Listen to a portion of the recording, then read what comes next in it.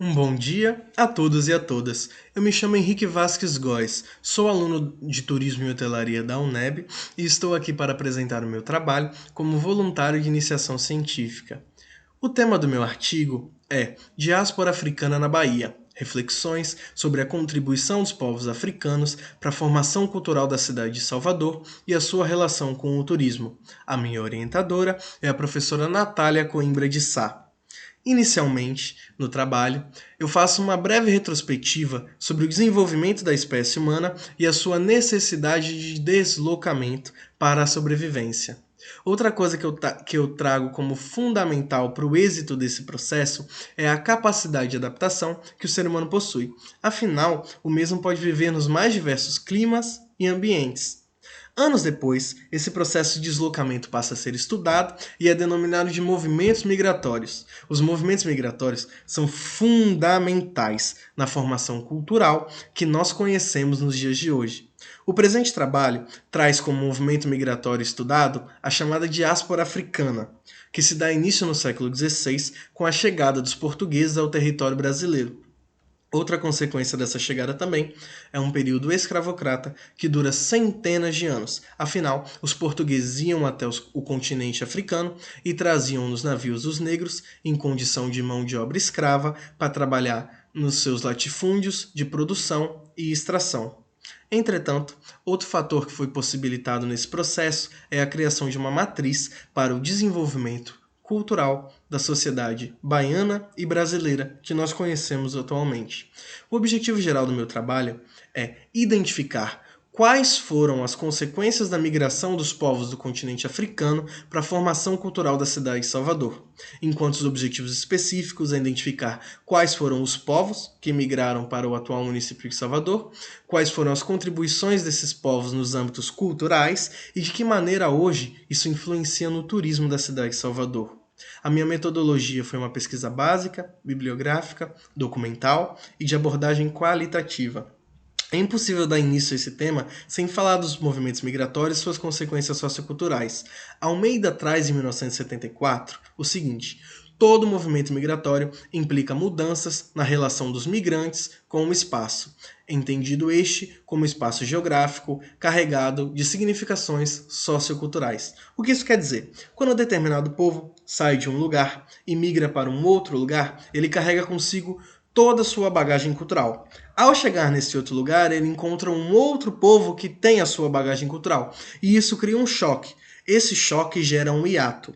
Almeida chama esse processo de aculturação. É o momento em que as duas culturas deixam de existir, de certa forma, para dar início a uma terceira e nova cultura.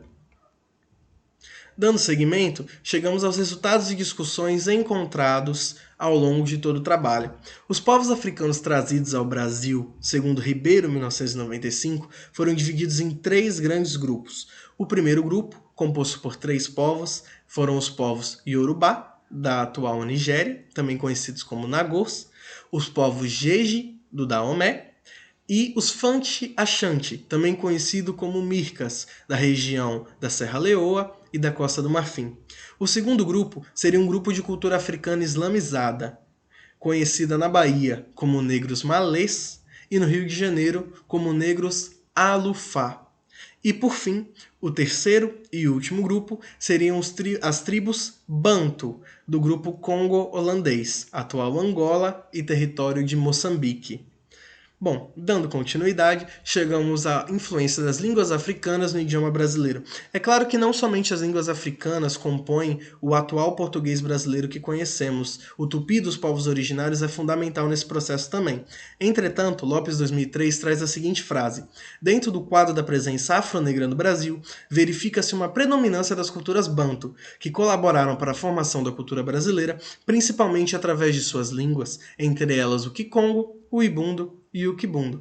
É possível ver na ilustração à esquerda palavras que são utilizadas no cotidiano do português brasileiro que têm origem Kikongo e Kibundo.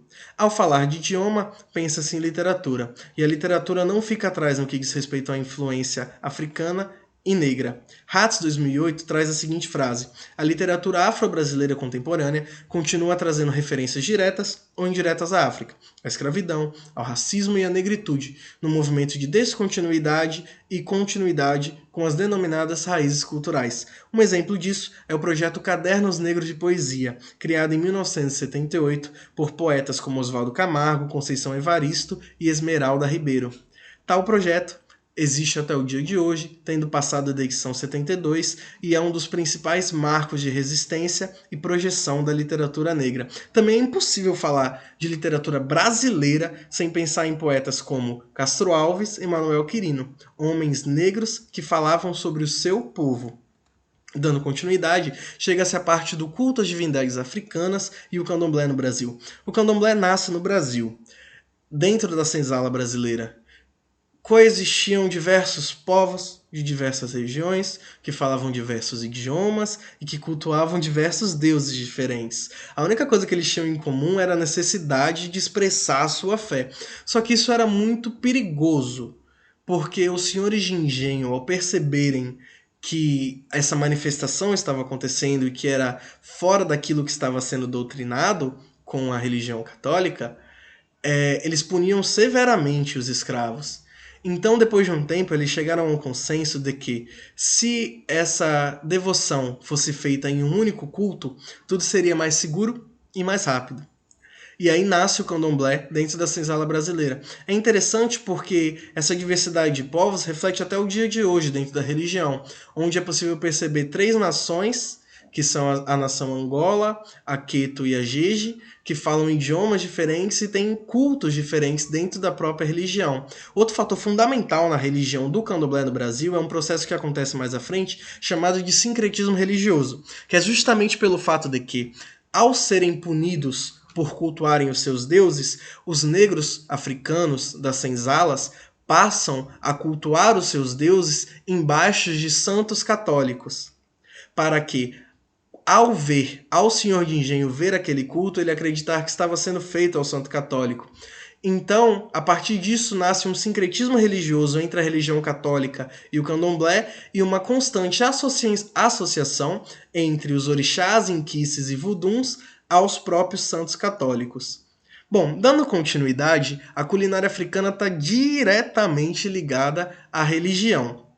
Quirino, 1957, traz a seguinte citação: os senhorios de eras afastadas, muitas vezes em momentos de regozijo, concediam cartas de liberdade aos escravizados que lhes saciavam a intemperança da gula com a diversidade de iguarias, cada qual mais seleta, quando não preferiam contemplá-la, dar expansão aos sentimentos de filantropia em algumas verbas do testamento.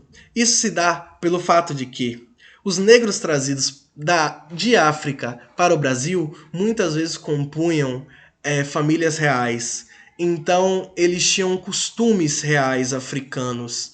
Eles tinham a etiqueta real africana, a culinária real africana. E isso muitas vezes impressionava o branco, senhor de engenho, que ficava encantado pelas negras que faziam aqueles banquetes e aqueles pratos.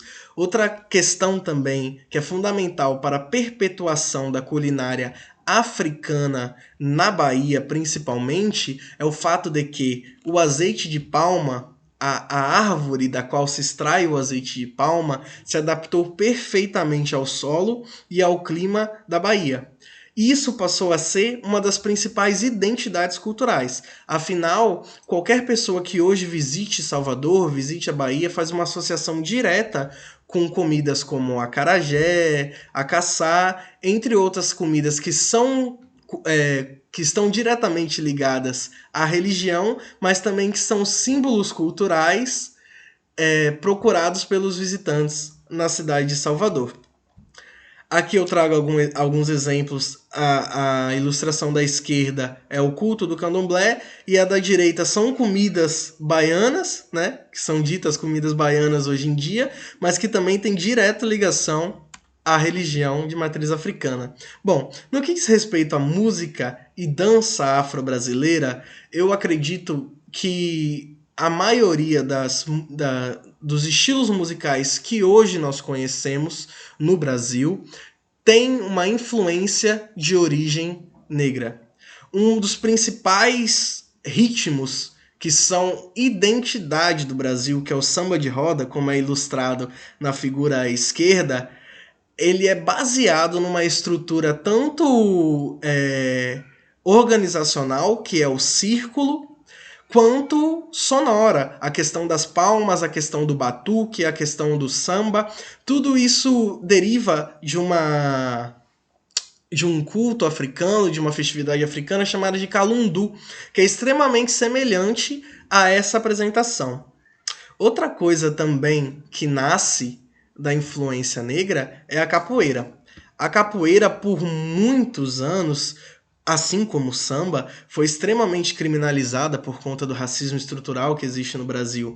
Entretanto, a capoeira hoje ela é patrimônio imaterial brasileiro pelo IFAM em 2018 e depois passou a ser patrimônio imaterial da humanidade pela Unesco em 2014, tal qual a sua representação e identidade. Existem dois grandes nomes da capoeira que se pode ser dito, que é o mestre Bimba, quando se relaciona à capoeira regional, que é uma capoeira influenciada por algumas outras artes marciais, e o mestre Pachinha, que é um dos maiores mestres da capoeira Angola, que é uma capoeira mais tradicional. É importante, quando se fala de ritmo musical e dança também, lembrar de artistas como Cartola, Pixinguinha, Donga, e até ritmos musicais como samba reggae, axé e outros ritmos que nasceram dessa influência negra, que começa lá com Dona Ciata, de acordo com Sodré, 1998, na Pequena África, que era a casa dela, onde esses artistas se encontravam para produzir a sua arte. Dando continuidade, eu trago os movimentos negros e símbolos de resistência. Os quilombos eram os locais para qual os negros, ou fugidos ou libertos, iam e resistiam e criaram a sua comunidade. Aqui em Salvador, um dos quilombos mais famosos que existe na região da suburbana é que é o antigo quilombo do Urubu, que era de Zefirina, que é uma negra ex-escrava, que é uma das maiores representações do símbolo de resistência negra. Outra coisa também que é fundamental na resistência no movimento negro são as irmandades negras. Na Bahia, a gente tem a Nossa Senhora da Boa Morte, de Cachoeira, que é internacionalmente famosa, e no Brasil tem a Irmandade Nossa Senhora do Rosário dos Homens Pretos, onde a igreja é localizada ali no Pelourinho, e que ela é responsável por festas tradicionalíssimas, como a festa de Santa Bárbara. Ela está diretamente ligada a essas festas, fora que também está diretamente relacionada com candomblés tradicionais da cidade de Salvador, como, por exemplo, a Casa de Oxumaré. Outros movimentos negros e símbolos de resistência que eu também trago é a Frente Negra Brasileira, o Teatro Experimental Negro, o Movimento Negro Identificado e o Movimento de Mulheres Negras. Eles vão nascendo ao longo dos anos através da luta política pela equidade e igualdade que os negros buscam até o dia de hoje e que infelizmente ainda não aconteceu. Mas dando continuação, eu trago a parte da moda, estética e estereótipo do negro. Garcia e Miranda, 2010, traz a seguinte frase: o saber vestir do sujeito que lhe propicia o poder fazer, considera-se o vestir com um ato de aquisição, de competência do sujeito para realizar performance de fabricar simulacros de identidade por meio de aparência. Ou seja, quando um negro trança o seu cabelo, coloca um pano da costa ou adornos, brincos, colares e anéis e tudo aquilo que representa o seu movimento de luta e resistência, ele está mostrando a sua própria identidade. Assim, e isso se perpetua ao longo dos anos. Como Slenes traz em 1992 a seguinte frase: se num primeiro momento, na travessia da África e do Atlântico, os falantes de língua banto começaram a perceber que podiam trocar ideias com outras pessoas, no Brasil eles se deram conta de que a sua liminaridade provavelmente iria durar para sempre. Então, os movimentos eles perduram. A estética, a forma de se portar ao colocar o cabelo afro, o cabelo crespo, O modelo do cabelo vira um movimento, que é o Black Power, ou que é o Rastafari, sabe? Tudo tem uma grande significância, uma grande importância de luta e de resistência, principalmente de identidade. Ortiz traz em 2006 a seguinte frase: os mecanismos da memória coletiva lhes permitem recuperar as lembranças do esquecimento. Um novo território é redesenhado, na qual a identidade anterior é preservada. Dando continuidade, eu chego à parte de que a utilização da cultura afro, a cultura negra, é utilizada como um atrativo turístico em Salvador. De acordo com Paine, segundo 2000, as experiências são inesquecíveis, geram sensações pessoais, emocionais, físicas, intelectuais e até espirituais. Portanto, nunca haverá experiências iguais, já que cada apresentação da experiência interage com o estado mental anterior do indivíduo e depois permanece em sua memória. As empresas que souberem capturar esse valor econômico não só ganharão o coração dos seus clientes, como também o seu dinheiro. Infelizmente, a indústria se preocupa muito mais com a questão do dinheiro. Então é notável a exploração dessa identidade negra quando se chega no aeroporto e se é recepcionado por uma baiana contratada por empresa X para fazer, para criar determinada identidade, sendo que ela não está inserida naquele contexto, nem sempre, mas que ela não está inserida naquele contexto de que ela é a geradora da própria renda, ela só é mais uma funcionária que está sendo explorada e que a sua identidade, a sua imagem está sendo explorada por uma indústria. A indústria turística causa muito isso. Os principais atrativos, as principais atrações de Salvador, principalmente, têm relações diretas com a cultura negra. E a cultura negra, o povo negro que vive isso, que está sendo ali mostrado, não tem o retorno disso. Pinho 2004 diz o seguinte: o fortalecimento de uma representação homogênea de baianidade funciona dessa maneira, induzindo os excluídos a acreditarem em uma unidade, uma identidade, uma indivisibilidade da nação, ora negra, ora mestiça, chamada Bahia. Assim, a cultura negra na Bahia vai sendo mercadorizada ao emprestar sua área exótica para o marketing da baianidade. É como o Paine diz, a partir do momento que você utiliza a cultura, que é algo que não é repetido, você não vai encontrar em outro lugar do mundo, você não vai encontrar em outro lugar como um atrativo, cria-se uma identificação com o turista, com um cliente imensurável. Então é do interesse dessa indústria que o cliente, que o turista tenha a atração por essa cultura, mas que o povo que representa essa cultura não seja valorizado da maneira correta, porque aí eles vão perder lucro, enfim, o que quer que seja. Uma das alternativas que está sendo construída pelos próprios negros e povos que estão dizendo não, esse é o meu direito, é a minha identidade, é isso que eu quero, é o turismo étnico afro, que de acordo com o Brasil 2006 diz o seguinte: constitui-se nas atividades turísticas decorrente da vivência e experiências autênticas em contato direto com o modo de vida e identidade de grupos étnicos. Muitas vezes, tais atividades podem articular-se como uma busca pelas próprias origens do turista e um retorno de tradições dos seus antepassados. Bom, por fim, é possível concluir que a diáspora africana tem um valor inestimável para a formação cultural da cidade de Salvador. É impossível mensurar em todos os detalhes, de toda forma, o quão é importante, porque ela conseguiu determinar e influenciar em todos os aspectos culturais da formação da sociedade que nós atualmente conhecemos. É também possível perceber que a razão pela qual existe a desigualdade social e o racismo estrutural que hoje ainda perdura, isso não aconteceu de uma hora para outra, isso tem uma razão, isso tem um motivo, e isso é muito claro. E, aparentemente, a sociedade, as indústrias ainda não têm nenhum interesse de que isso seja desfeito, porque isso influenciaria diretamente nessa relação de poder. Entretanto, também fica nítido que a luta e resistência do povo preto, do povo descendente, afrodescendente, ele continua. Ela perdura desde sempre e para sempre, enquanto existir, porque isso faz parte da identidade. E fica claro a questão da exploração da imagem pela indústria turística, de que é muito mais vantajoso você retirar, você usufruir do que você compartilhar, E também cheguei à conclusão de que o turismo étnico afro é uma das alternativas de que isso possa começar a mudar de lado e de que o povo que precisa, o povo que deve, o povo que tem que ser valorado, pois é a cultura dele, é a história dele, a identidade dele que está sendo usada, que ele comece a ter o seu devido valor. E é isso. Muito obrigado.